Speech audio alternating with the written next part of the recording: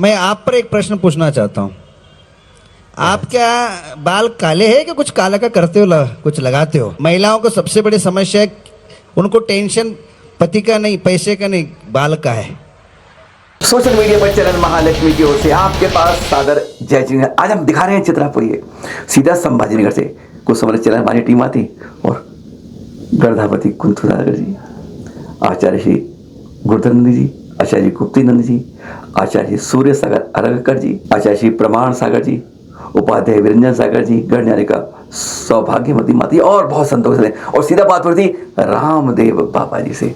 उन्होंने जैनों के बारे में और आने वाले भविष्य के बारे में और आप सबकी बीमारी बहुत कुछ बोला। पहले उन्होंने सीधा स्पष्ट बताया कि आज अगर 2047 में विकसित भारत बनेगा तो उसकी आधारशिला बनेगा जैन समाज। आज आध्यात्मिक भारत के शिखर का मुकुट है जैन समाज। सबसे ज्यादा टैक्स देता है, सबसे ज्यादा एजुकेशन में सहयोग करता है, मेडिकल में सहयोग करता है, गौशाला सबसे ज्यादा है, मंदिर सबसे है। उन्होंने क्या क्या कहा पहले वह सुनते हैं, कई काम की बातें हैं, नहीं रुकते हैं, सुने जरा। इस भारत की बहुत बड़ी शक्ति है और विकसित भारत बनेगा जब 2047 तक, जैसे हमारे देश के प्रधानमंत्री कहते हैं, तो भी उसमें सबसे बड़ी भूमिका जैन समाज की होने वाली है। देश में सबसे ज्यादा कोई टैक्स देता है तो हमारा जैन समाज देता है। देश में सबसे ज्यादा गौशाला चलाता है तो हमारा जैन समाज चलाता है। देश में सबसे ज्यादा हमारे मंदिर हैं तो जैन मंदिर है। देश में सबसे ज्यादा कोई शिक्षा में, हेल्थ में, एजुकेशन में अपना कंट्रीब्यूशन देता है तो हमारा जैन समाज है। और मैं तो एक सनातन परंपरा का भगवा कपड़ा पहनने वाला साधु, प्रारंभ से लेकर के अब तक मैं जितने भी भगवान ने हमसे सेवा कार्य करवाए उसमें भी जैन समाज ने अलग अलग प्रकार से बहुत बड़ी भूमिका निभाई है, बिना किसी बहुत जोर से ताली बजाए बाबा को।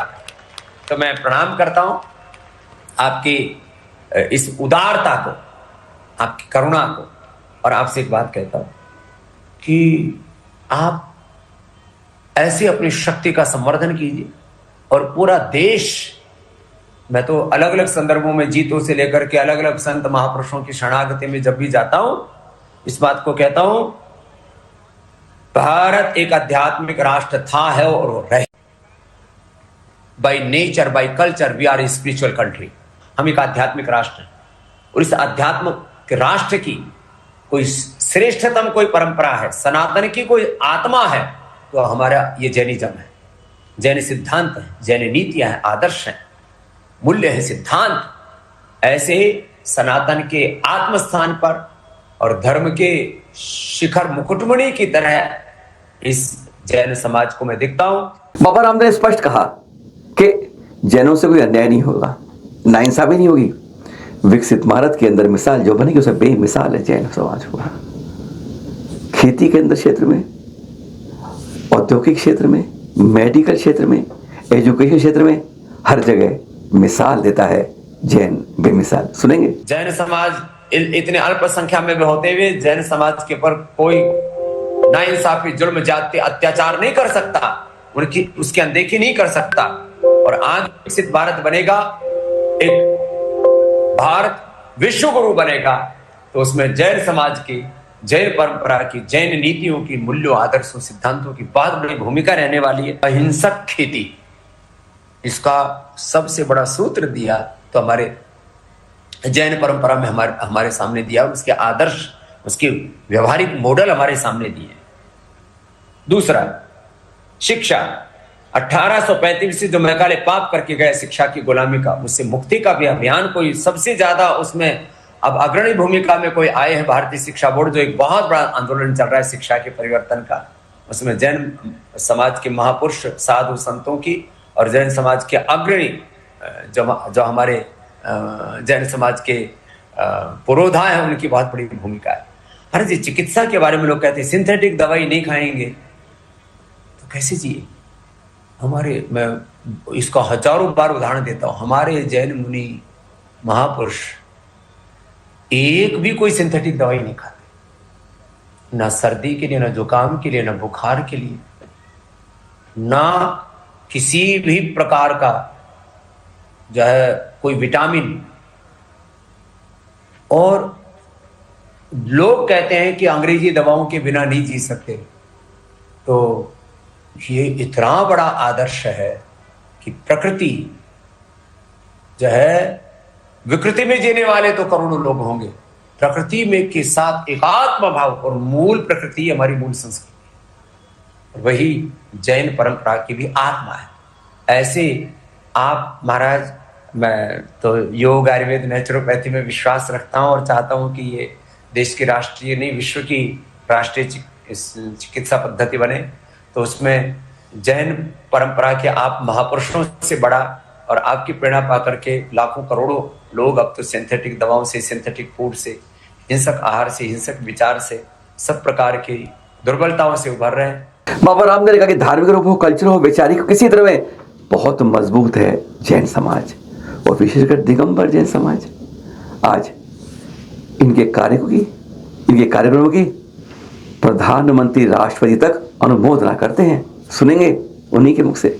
महापुरुषों ने यह तपस्या तो की कि हमारे जैन समाज में किसी भी प्रकार की दरिद्रता नहीं रहनी, न तो धार्मिक दरिद्रता, वैचारिक, भावनात्मक, इमोशनल, कल्चरल, स्पिरिचुअल, रिलीजियस, किसी भी प्रकार की बैंक करप्सी नहीं, किसी भी प्रकार की दरिद्रता नहीं, न तो किसी भी प्रकार की दरिद्रता रहने दी, और न ही किसी प्रकार का इस समाज के अंदर कोई बड़ा विघटन होने दिया। सब प्रकार की दरिद्रताओं से मुक्त। पूरी दुनिया में मैंने एक भी जैन आदमी अति गरीब नहीं देखा। सामान्य किसी की पृष्ठभूमि हो सकती है, भिखारी तो पूरी दुनिया में कोई। पूरी दुनिया में ऐसा बोला जाता है, जैनों के अलावा जूइस बहुत थोड़ी संख्या में, इजराइल वाले, लेकिन उन जूइस लोगों में भी अलग अलग प्रकार की, कई प्रकार के दोष हैं, बहुत प्रकार के उनके अंदर। यदि आहार के स्तर पर, विचार के स्तर पर देखो, स्वभाव के स्तर पर देखो, ऐतिहासिक उनकी पृष्ठभूमि देखो, तो बहुत तरह के उनके ऊपर लोग आरोप लगा सकते हैं। लेकिन पूरी दुनिया का सबसे कम जिनकी जनसंख्या है, लेकिन सबसे शक्तिशाली कोई समाज है, तो हमारा जैन समाज है। और उस जैन समाज का कोई मुकुटमणि है। इसमें कई प्रकार के पंथ हैं हमारे जैन परंपरा में भी, तो इसमें जो दिगंबर परंपरा है वो इसकी शुद्धतम और श्रेष्ठतम परंपरा है।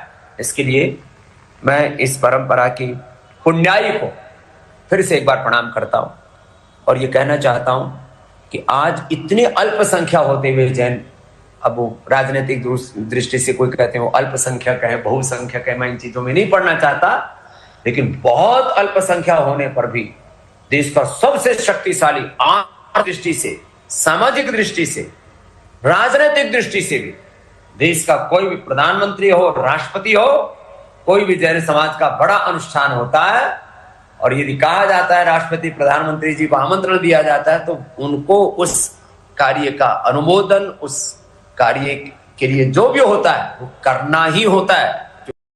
आज हमारे देश में धार्मिक आधार पर टिका है। साधु संत कहते हैं हजार लाखों हैं, लेकिन सबसे चर्यावान जो परंपरा अगर साधुओं के अंदर है वो दिगंबर जैन परंपरा है। सुने। इतना जगत में आकर्षण है, इतना जगत में प्रलोभन है, इतना जगत में द्वंद्व मचा पड़ा है, चरित्रहीनता और न जाने क्या क्या अपना। एक साधु दिगंबर जो एक भिक्षा का व्रत, और उसमें भी इतने व्रत उपवास हो जाते हैं, कभी एक दिन खाया, कभी एक दिन नहीं खाया, कभी 2 दिन नहीं खाया, फिर एक दिन आहार लिया, कभी 3 दिन का, कभी 7 दिन का, कभी तो लंबे लंबे उपवास, और को अस्वाद व्रत, और उसमें भी इतने कठोर नियम। जितना कठोर अनुशासन दिगंबर साधु का होता है, वैसा अनुशासन संसार की कोई धर्म, अध्यात्म, संसार की कोई संन्यास परंपरा। बहुत बाबा रामदेव ने खुद माना, पूरे दुनिया का चक्कर लगा चुके हैं, कई बार लगा चुके हैं। कहते हैं आज तो वेज भी नॉन वेज बन गया है, पता नहीं कहीं अंडा कहीं मछली लगा हुआ है, पता नहीं चलता है। पर कहते पूरी दुनिया में अगर आज कोई शांता है, शुद्ध भोजन मानता है, तो भारत की बात नहीं करते, कहते पूरे विश्व की बात करता हूं तो जैन फूड्स को हर कोई मानता है। जैन फूड्स, सुनिए जरा। पूरी दुनिया में मैं कहीं पर भी जाता हूं तो लोग शाकाहार मांसाहार नहीं बोलते। अब शाकाहार मांसाहार माने वेजिटेरियन नॉन वेजिटेरियन और वेगन से भी परे कोई भारत का व्यक्ति देखते हैं, ये मैं पूरी दुनिया में, यूरोप में मैं गया, अमेरिका में गया, अफ्रीकन कंट्रीज में गया, ऑस्ट्रेलिया से लेकर के जापान तक, सारे इधर रशियन कंट्रीज में भी कई जगह गया, कहते हैं आपको जैन फूड, महाराज जी जैन फूड पवित्रता का सबसे बड़ा पर्याय है। ये लो, सारी दुनिया ये मानती है कि जैन जो भोजन करता है वो पवित्रतम श्रेष्ठतम सात्विक भोजन करता है, जैन फूड। किसी को वेजिटेरियन बोलो तो उसमें अंडा डाल देते, कहीं वेजिटेरियन में मछली डाल देते, कहीं वेजिटेरियन में और पता नहीं क्या हाड़ का बात डाल देते। लेकिन जैन फूड का मतलब होता है पूर्ण पवित्रता वाला, जिसमें रत्ती भर भी किसी भी जीव के कोई वायलेंस, इतनी पवित्र परंपरा। और स्पष्ट साफ कहते हैं, स्पष्ट कहते हैं आज जैनों के भोजन आहार में भी शीतलता पाई जाती है।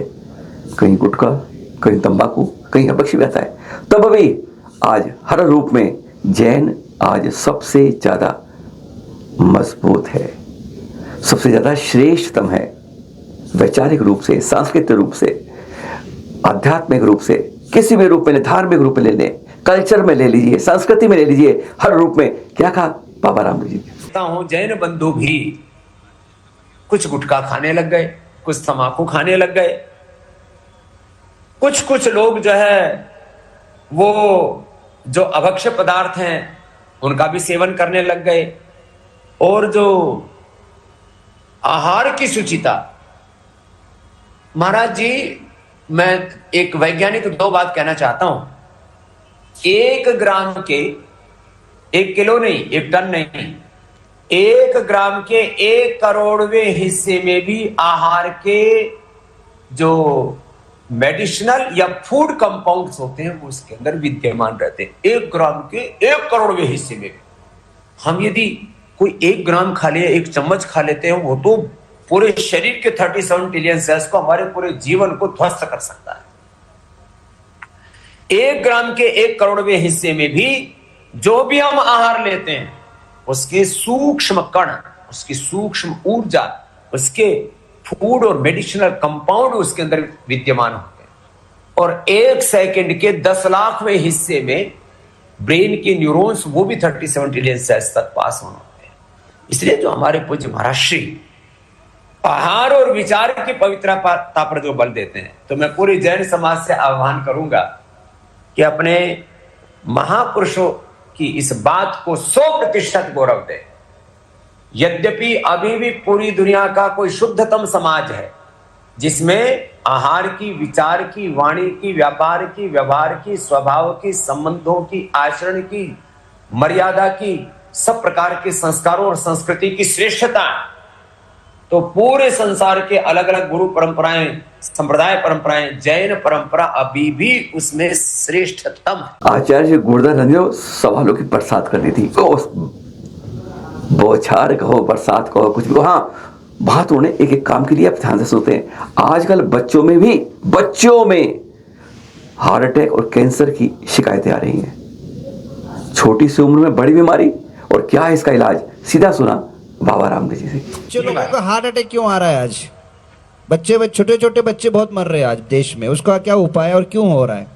महाराज जी ये जो सैचुरेटेड फैट महाराज जी बहुत ले रहे हैं बच्चे। महाराज जी ये आपने बहुत बड़ा प्रश्न पूछा। जवान बच्चों को चलते चलते ब्रेन स्ट्रोक, हार्ट अटैक आ रहा है। तो ये जितने भी नमकीन खाते महाराज जी, जितने भी चॉकलेट खाते हैं, आइसक्रीम खाते हैं, जितना भी जंक फूड खाते हैं, बर्गर, पिज्जा, ये वो सब, इनमें महाराज जी करीब 30 से 50% या तो मीठा का अंश होता है या तो सैचुरेटेड फैट होते हैं।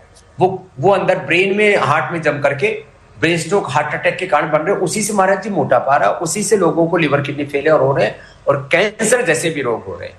तो ये जो आहार की शुचिता और ये जो सभी प्रकार की जो सिंथेटिक कृत्रिम चीजें, विकृति से दूर रह करके प्रकृति का अनुसरण, ये उसका समाधान है। और एक बात महाराज जी मेरा अनुभव बताता हूं, मैं रोज सुबह उठ करके गोधन अर्क पीता हूं महाराज, और उससे पूरा शरीर, मैंने देखा चमड़ी के लोग हो, लिवर किडनी के रोग हो, शरीर में गांठें हो, किसी भी प्रकार का कोई इन्फ्लेमेशन हो, सब धुल जाता है। तो सब उठ करके गोधन अर्क पिया करें, और जितनी भी गौशालाएं वहां खूब सेवा किया करें, और वहां से गोमूत्र लाया करें और उसको पी लिया करें।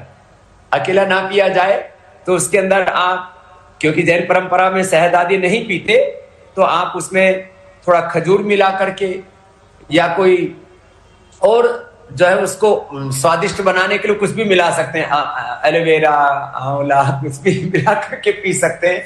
पूरा शरीर डिटॉक्स हो जाता है। ये प्रॉब्लम किसी को नहीं होगी महाराज जी, किसी को ब्रेन स्ट्रोक, हार्ट अटैक नहीं आएगा। अब ये सवाल पूछ लिया खास महिलाओं के बारे से। उन्होंने साफ पूछा, बाबा रामदेव जी अब सादा सच बताना कि आपके बाल काले हैं या काले कर दिए गए हैं, क्योंकि हमने तो ये देखा है आपने तो गंजों के सिर पे बाल उगा दिए हैं। क्या है महिला, ध्यान से सुन लीजिए, काले बालों का राज। उनको कहता है, महिला वैसे कहती है, उन्हें वैसे ना पैसे की चिंता है ना पति की चिंता है, चिंता है तो अपने बालों की चिंता है। सुने जरा। मैं आप पर एक प्रश्न पूछना चाहता हूँ, आप क्या बाल काले हैं कि कुछ काला का करते हो, कुछ लगाते हो? हे राम राम राम। महाराज जी क्या करें, वो बस ऐसे ही थोड़े थोड़े तो सफेद हो गए। देखो कि पूरा काला ही दिख रहा है पूरा। मैं कम से कम आपको वो महाराज 25, जी, आपको कम ये से कम थोड़ा- 2 आम मिले थे कुंतलगिरी महाराष्ट्र में, आपको याद होगा। 12 जी महाराज जी। 12 मिले थे, पता है आपको, मैंने खिलाया था भी आपको, खाना याद होगा। आपका प्रसाद पाया है महाराज जी। कुछ ऐसे प्रयोग हैं, एक तो गोधन अर्क का प्रयोग मैंने किया, क्योंकि महिलाओं को सबसे मेरे बड़ी पास ऐसे- महिलाओं को सबसे बड़ी समस्या है, उनको टेंशन पति का नहीं, पैसे का नहीं, बाल का है। बहुत हंसी। तो महाराज जी इसमें ना एक तो गोधन अर्क, एक आंवला, एलोवेरा, गिलोय आदि, और जो हमारे आहार का बड़ा असर पड़ता है। तो बालों में एक हमने एक औषधि भी बनाई है, केश कांति एडवांस, उसका बड़ा अच्छा असर है।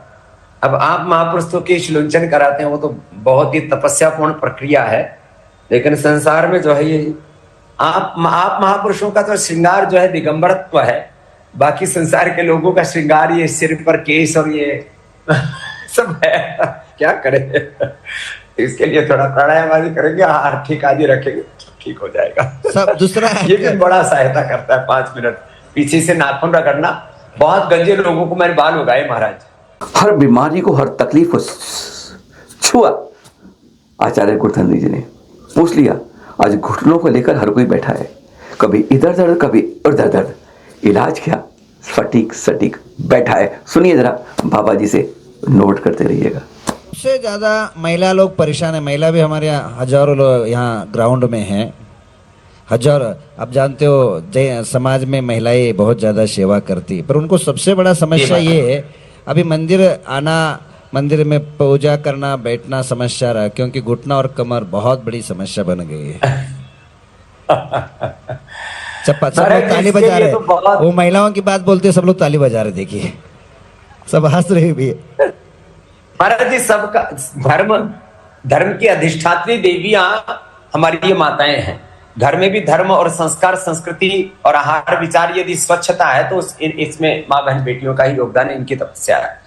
इनके इस घुटने के दर्द के लिए एक तो कपालभाति, अनुलोम विलोम और गोधन अर्क पीने से महाराज ji R factor, CRP, ANA, एविन, HLB 27, यूरिक एसिड आदि जो जिनके कारण से दर्द होते हैं वो सारे तत्व दूर हो जाते हैं। खाली पेट गोधन अर्क पान और फिर शौच आदि से निवृत्त होकर के कोई गोघृत पान कर लेता है, एक चुटकी सेंधा नमक और ऊपर से तेज गर्म पानी पी लेता है, उससे काटी और फिर भी रेडीमेड औषधि के तौर पर हमने पिडानिल गोल्ड और तैयार में ऑर्थोग्रिड, फिर चंद्रप्रभा, योगराज, गुगुल आदि इस तरह की औषधियां हैं। इनका सेवन करने से हमारे जो कार्टिलेज घिसे हुए तो भी वापस ठीक हो जाते हैं, और नहीं तो नियमित रूप रखेंगे तो कभी ये कार्टिलेज आते नहीं घसेंगे। और एक गोखरू का काढ़ा पीने से भी पूरा अंदर की सूची स्वच्छता, गोखरू और गोधन और पूरा अंदर से साफ कर देता है। बस दही, छाछ, नींबू, अचार, टमाटर, खट्टी चीजें थोड़ी महाराज जी कम करनी पड़ेंगी, इनसे दर्द बढ़ता है, इन्फ्लेमेशन बढ़ता है। बुरा मत मानिएगा, हकीकत है। आज हर दूसरे नहीं तो चौथे घर में ही बीमारी भरी पड़ी है। हर चौथे घर में, आपके घर में हो नहीं तो अड़ोस या पड़ोस में मिल जाएगी। इस हर घर में घुसती बीमारी का कारण क्या है, इलाज क्या है, सीधा बाबा जी से। हर एक 4 घरों में बीच में एक शुगर पेशेंट हो रहे, क्यों बाबा जी? महाराज जी इसके लिए चीनी बहुत खाते हैं लोग, तो चीनी तो सबको छोड़ देनी चाहिए। और महाराज जी आप लोगों के भी आहार में शायद मुझे लगता है वो चीनी तो नहीं डालते होंगे, जो भी एक बार आहार लेते हैं, कभी एक दिन में, कभी 2, 3, 5, 7 दिन में, हाँ, चीनी महाराज जी ये विशुद्ध रूप से हमारी पेनक्रियाज को डैमेज करते हुए, जितने भी सिंथेटिक दवाइयां हैं और जितने भी खेतों में फर्टिलाइजर्स, यूरिया आदि डाले जा रहे हैं, तो जितने भी ये उत्तेजक आहार है और उत्तेजक विचार है, उनका सबसे बुरा असर महाराज जी पेनक्रियाज पर पड़ता है। उसी से टाइप 1 डायबिटीज, टाइप 2 डायबिटीज बहुत ज्यादा पड़ रहा है। तो ये सारा महाराज जी उत्तेजक आहार और उत्तेजक विचार का परिणाम है, जिसको आप हर रोज दूर करते हैं महाराज जी। जैनिज्म को लोग फॉलो करना शुरू कर देंगे तो देश मधुमेह मुक्त हो जाएगा, देश रोग मुक्त हो जाएगा, लाखों करोड़ रुपए देश का बच जाएगा। एक ऐसी बीमारी है जिसका नाम लेने से ही कंपन हो जाती है शरीर में, कैंसर। और आज ये लगभग जगह जगह घरों में दस्तक देने लगा है। कारण क्या है और इससे बचने का इलाज क्या है? कैंसर के पेशेंट बहुत हो रहे। पहले लीलावती बम्बई में उतने थे, आज मेरे लगता है एक गली में एक पेशेंट का पेशेंट हो रहा है। कैंसर के अंदर महाराज एक शरीर के अंदर एक प्रक्रिया होती है, एपोप्टोसिस, सेल डेथ प्रोग्राम उसको बोलते हैं। एक सेल महाराज जी 24 घंटे से लेकर के लगभग एवरेज उसकी 3 महीने की, कुछ की 4 महीने की आयु रहती है।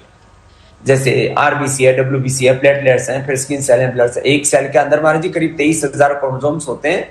एक उस 46 के अंदर 46 क्रोमोसोम्स होते हैं, 23,000 जीन्स होते हैं। एक उसका पूरा बाहर का उसका रिसेप्टर होता है, अंदर न्यूक्लियस होता है, माइटोकॉन्ड्रिया होती है, एक और स्ट्रक्चर है। अब उस सेल में फिर वो तो मैंने एक सेल की संरचना बताई। ब्लड सेल अलग तरह के होते हैं, तो ब्लड कैंसर से लेकर के बोन में, स्किन में, लीवर, किडनी, लंग, हार्ट, कहीं पर भी हो जाता। अब तो ब्रेन के अंदर भी होने लग गया, जो बहुत कॉमन होता है, ज्यादा नहीं होता था। तो इसका मुख्य कारण महाराज जी जीवन तंत्र में कुछ ऐसी अनैसर्गिक, अप्राकृतिक जो परिवर्तन हो रहे हैं, उससे ये सेल डेथ प्रोग्राम गड़बड़ हो रहा है।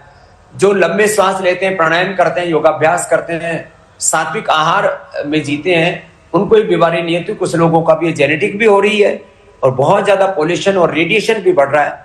तो महाराज जी वापस लोगों को गो आधारित खेती और प्राकृतिक जीवन और मिट्टी, हवा, पानी आदि जो प्रकृति के मूल तत्व हैं, उनके साथ जो हमने नाइंसाफी की है, तो नेचर एंड एनवायरनमेंट फ्रेंडली हमें अपनी लाइफस्टाइल को फिर से बिल्डअप करना पड़ेगा।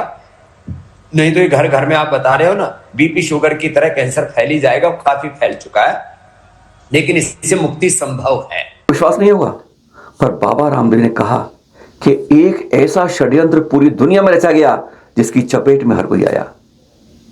हैरान हो जाते हैं उनके मुख से कि यह वास्तव में एक षड्यंत्र था, कॉन्स्पिरेसी थी। कौन सी? सवाल पूछा, जवाब दे दिया बाबा जी ने। यह है चौंकाने वाला। मुझे नहीं लगता कोरोना देश से गया, वो उसका कोई इफेक्ट अभी भी दिख रहा है कि आपके अनुभव के अनुसार? दोबारा बोलना महाराज जी। हाँ, कोरोना का इफेक्ट अभी भी देश में है क्या खत्म हुआ है? अच्छा, कोरोना महाराज जी, हाँ। पहली बात तो देखो, कोरोना में हमारे जैन महापुरुषों ने कितना बड़ी तपस्या की और इसके प्रभाव से मुक्त रहे। महाराज जी, कोरोना तो एक प्रकार का जैसे महाराज जी हजारों क्या लाखों, महाराज जी करोड़ों प्रकार के बैक्टीरिया, वायरस, फंगस, पैथोजेंस बोलते हैं महाराज। ये भी एक बहुत बड़ी, क्या कहें, ये एक मेडिकल कॉन्स्पिरेसी बोलते हैं महाराज जी। तो ये चिकित्सकीय षड्यंत्र हुआ था। ये सर्दी जुकाम जैसे ही एक बीमारी थी जो कमजोर लोग थे सह न पाए, और उसके नाम से भय इतना क्रिएट कर दिया। फिर वैक्सीनेशन का धंधा, फिर अलग तरह से दुनिया के अंदर एक अफरा तफरी फैलानी थी। तो अभी कोरोना का कोई प्रभाव पूरी दुनिया में कहीं नहीं है। अलग अलग प्रकार के बैक्टीरिया, वायरस, फंगस जरूर है, जिनकी इम्यूनिटी अच्छी होगी उनको कुछ नहीं बिगड़ेगा। आपको विश्वास है या नहीं है? जैनों को विश्वास नहीं हुआ, पर उन्होंने अपने मुख से कहा, मैं जब भी कहीं कार्यक्रम की शुरुआत करता हूं, योग शुरू करता हूं, तो सबसे पहले नमोकार मंगल पाठ पढ़ता हूं, जरूर पढ़ता हूं। उन्हीं के मुख से हाथ कंगन को कितना आरसी किया, उनके मुख से सुन लिए कि फारसी किया। ये मैं भारत की दिगंबर परंपरा को, सभी 24 तीर्थंकरों को और उस सारे तीर्थंकरों को की परंपरा को आप सब महापुरुषों में जीवंत रूप में देखता हूं। और मैं हर दिन अपना प्रबोधन में, जो भी मेरा प्रभात का ध्यान होता है, जो सुनते हैं मुझे उन सबको पता है, मैं ओंकार ध्यान, गायत्री, महामृत्युंजय आदि के, राम कृष्ण हनुमान शिव आदि के ध्यान के साथ हर दिन नमोकार मंत्र भी बोलता हूं, तो वहीं से मंगलाचरण से प्रारंभ करता हूं। ओम जोर से ताली बजाइए बाबा को, सिद्धाणम, हमारे जैन ओम धर्म नमो के प्रति आर्याणम, श्रद्धांजलि। ओम नमो गोविंदाय, ओम नमो लोक सर्वसाहु की आवाज ओम नमो अरिहंताणम, ओम नमो सिद्धाणम, ओम नमो आर्यज्ञानम, ओम नमो उवच्छायाणम, ओम नमो लोहि सबसाहुणम, ऐसो पंच नमोकारो सब पाव पणासणो मंगलाणम च सबवेसिम पढ़म हवै मंगलम।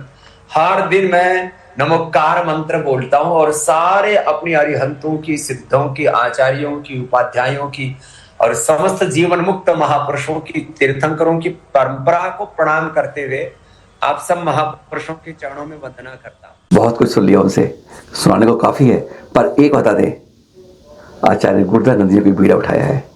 उन्होंने जैन और अजैन का भेद मिटाया है, शिक्षा को हर के साथ लगाया है। गरीब हो, छोटा हो, ना पढ़ पाए हो, किसी मजबूरी हो, कुछ भी हो, उन्होंने यह कह दिया, सार्वजनिक मंचों से कहते हैं वो, अगर तुम्हारे पास कोई ऐसा बच्चा है जो पढ़ नहीं पा रहा है, मेरे यहाँ भेजो, 8000 बच्चों को पढ़वा रहा हूँ। और आज फिर मेरा एक लक्ष्य है, एक संकल्प है, हमारे देश का धर्म जाति का भेद छोड़कर हर को पढ़ना होगा। शिक्षा ही एक विकास की आधार बनती है। सुन लीजिए जाते जाते। ध्यान रखिए महाराज साहब, दुनिया को हम 2000 या 4000 बाट्स की अमीरी बना नहीं सकते हैं, परंतु शिक्षा देकर के गुरुकुल की पद्धति से गरीब बच्चे को, सामान्य बच्चों को देश का सबसे बड़ा शिक्षक, सबसे बड़ा श्रीमंत, सबसे बड़ा अमीर बना सकते हैं। जिस पद पर चले उसके लिए बहुत बहुत धन्यवाद करता हूँ, अनुमोदन महाराज, करता इसमें हूं। भारतीय शिक्षा बोर्ड को आपका आशीर्वाद पूरा चाहिए। जितने जरूर, भी जरूर। स्कूल चल रहे हैं उनको मैकाले की शिक्षा से हटा करके महाराज जी भारतीय शिक्षा बोर्ड से जोड़ने के लिए आप जरूर आशीर्वाद। मेरे यहाँ अभी तक कम से कम मैंने 30 एक कॉलेज खोले हैं और अभी मेरे यहाँ 8000 बच्चे पढ़ते हैं। और मेरा जो एक सपना है, जो खाने के लिए रोटी नहीं, जीने के लिए रास्ता नहीं, पहनने के लिए वस्त्र नहीं, उस गरीब इंसान को मैं ला करके free of charge medical, doctor, वकील बना करके उसको देश को सेवा में समर्पित करता हूँ। बहुत बड़ी बात है ना, क्योंकि मेरा जीवन में कहना है, गरीबी तभी हटेगी जब बच्चे पढ़ेगा, एजुकेशन बनेगा। मैं आपसे भी आह्वान करता हूँ, कर्नाटक का या महाराष्ट्र का कोई भी बच्चा हो जिनके माता पिता नहीं है, मैं उनका माता पिता बनता हूँ। जो चाहे वो पढ़िए, मैं पढ़ाता हूँ। क्या क्योंकि आपने भी नहीं पढ़ा और हमने भी नहीं पढ़ा, पर दुनिया पढ़ी अपेक्षा करते हैं।